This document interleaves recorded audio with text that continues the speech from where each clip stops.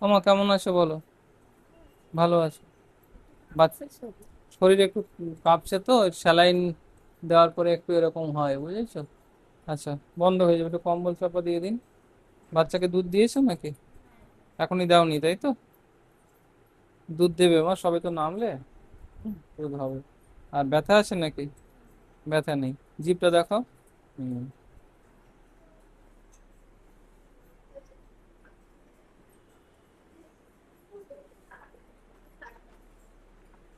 তুমি কেমন আছো মা? জিভ দেখাও। তা কি হয়েছিল জিভে? সিজার হয়েছে। ওদিকে দেখুন তো, ইউরিনটা কালারটা কেমন আছে? আচ্ছা ঠিক আছে, জিভ দেখাও মা। হুম। তুমি ঠিক আছো তো? বাচ্চা দুধ ঠিক মতো হচ্ছে? দুধ হচ্ছে না? কম হচ্ছে, বুঝলে কি করে কম হচ্ছে? আচ্ছা, দুধ দিলে পরে ও খাচ্ছে?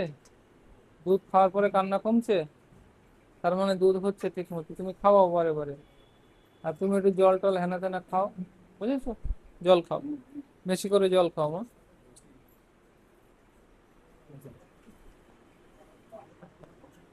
কেমন আছো বলো?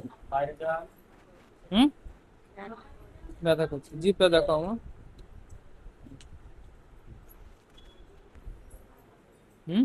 আমার কিছু খেতে দেবেন না। খেতে? হ্যাঁ, এটা তো ভালো কথা বলেছি, তোমার খেতে দেওয়া উচিত। না খেলে কি করে সুস্থ হবে? দিদিমণি, কখন হয়েছে ওটি? জল খাবে?